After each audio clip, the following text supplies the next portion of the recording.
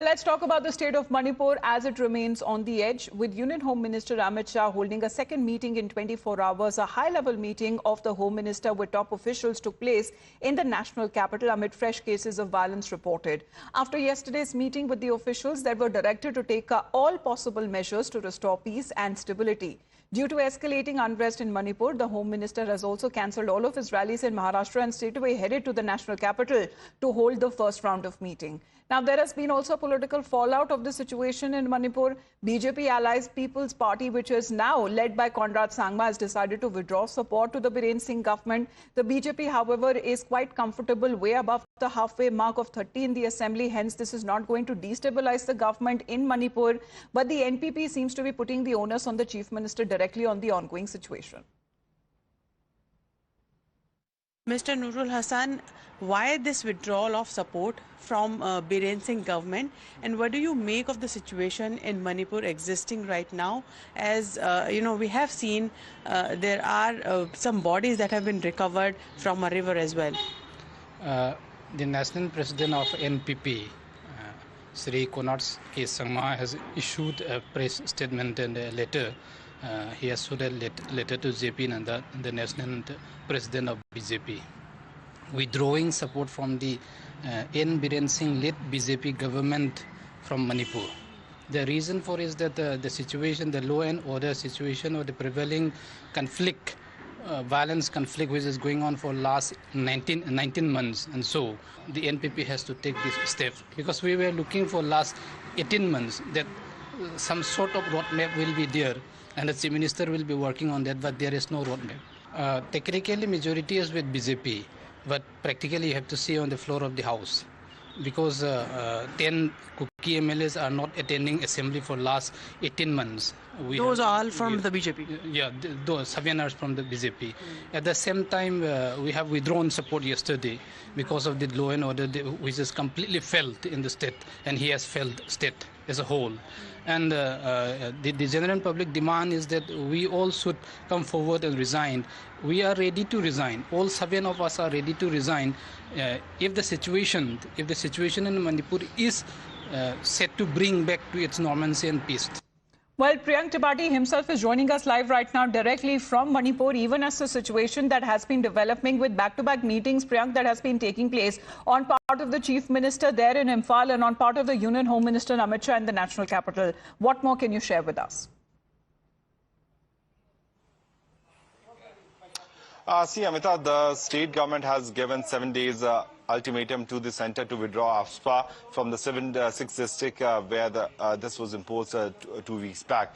That has come as a major challenge for the political parties here, because they have a very big amount of oppose which is coming out from the locals. That can certainly curb the movement of the militants roaming freely on the roads of Manipur, because on both the sides, on the valley and in the hilly area, what we have witnessed that the militants with the AK-47 and sophisticated weapon have been roaming freely right in front of the law enforcing agency, which is certainly creating unrest more further in this particular zone. So now the state government certainly came under pressure, and they have given 7 days of ultimatum for the centre to withdraw this. But the militants are also very much worried, and the groups are also rattled after the decision which has been taken by the centre yesterday, where the 50 more companies of the paramilitary forces will be sent.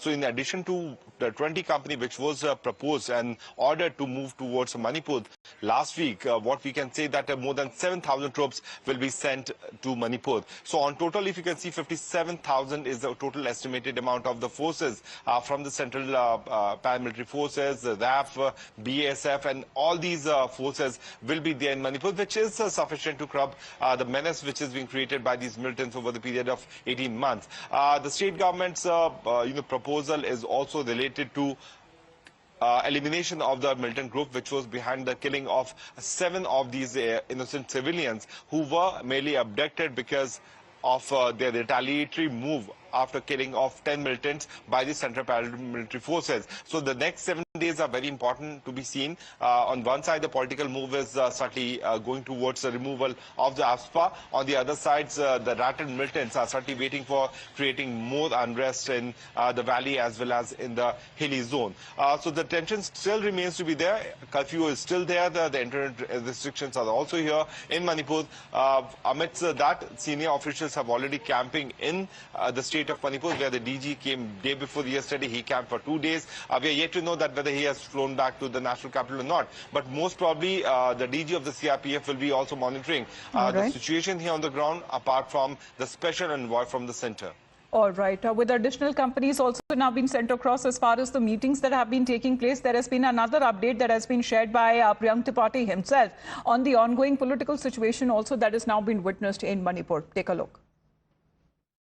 Amidst the escalating tension in the state of Manipur, now the centre has decided to send 50 more additional companies in addition to the 20 companies which were proposed to be sent last week, which means that on total 7,000 more additional central forces will be coming to the state of Manipur, looking at the kind of untoward incidents which have been happening in the recent time.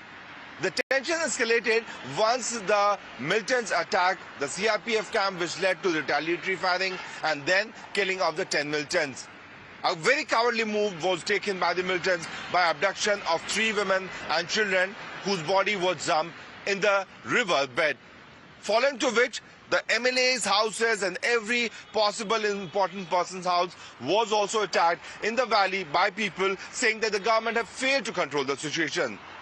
Then NPP, one of the coalition party, pulled out their support from Biren Singh, saying that we support NDA, but sadly Biren Singh has failed to control the situation, which was also countered by the NPF, which is a Naga People's Front, which has said that one person should not be blamed for this kind of activity. In fact, people should also be held accountable. But amidst that, Biren Singh once again has come out and he has shown his strength with the meeting which happened at the CM's residence, where they have proposed that the AFSPA should be taken back by the centre, and also those militants who are behind the killing of the women should be held accountable and series of action should be taken against them. So on one side, the political turn of event are continuing. On the other side, the reinforcement which is being sent by the central to control the situation is making the situation more complex. With video journalist Haren, Priyank Tripathi reporting for Imphal for the Times Network. Now, as far as the government situation is concerned, we also talk about right after the NPP decided to withdraw support from the Biren Singh-led Manipur government, the Naga People's Front has reiterated its support to Biren Singh and his government and has condemned the recent spurt of violence in the state. NPF, Naga People's Front, is an NDA partner, one of the longest and oldest NDA partner. We have been working together for more than a decade. We're trying to find solution together. I think it is a time that we should work more closely.